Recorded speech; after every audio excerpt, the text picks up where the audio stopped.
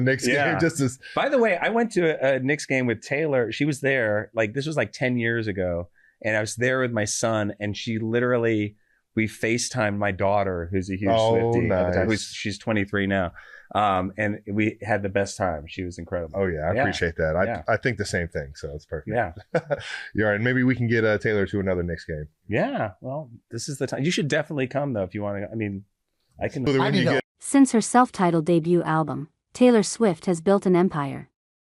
It's an empire filled with #1 records, great stories, and millions of devoted fans.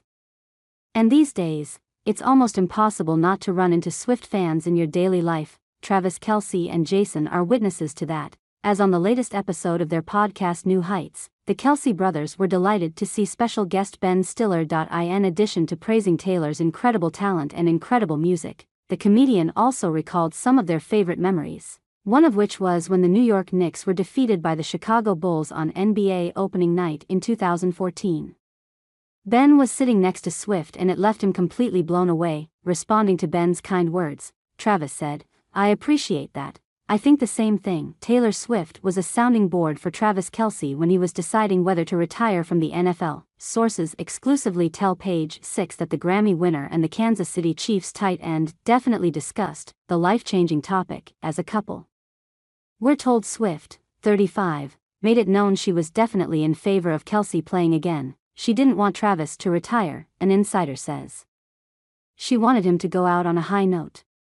The Chiefs suffered a loss against the Philadelphia Eagles on Super Bowl Sunday 2025, with a final score of 40-22 at the Caesars Superdome in New Orleans. Kelce said on an episode of New Heights in February that the defeat was a tough pill to swallow, adding, "Just wasn't our day. Couldn't find a lick of momentum." He continued, "I'm kicking myself for some of the tiny decisions I made on the field." Although Swift's opinion on a potential retirement was taken into consideration, we're told the final call was ultimately on Kelce, 35. He has to be able to physically do it, an insider says, noting that it's up to the athlete to feel confident that his body could play a full season again without putting himself at risk for injury. On February 27, Kelce finally broke the news on Pat McAfee's ESPN show that he would not be retiring yet. "I'm coming back, for sure," the Super Bowl champ, who has spent 12 years in the NFL, told the host via a text that was read aloud on the show at the time that he continued, "Gonna try and get to the best shape I've been this off-season and get back to the mountaintop. Got a real bad taste in my mouth with how I played in that last game and how I got the guys ready for battle. I can't go out like that." After Kelce finally decided to return to the Chiefs, we're told Swift was happy with his decision.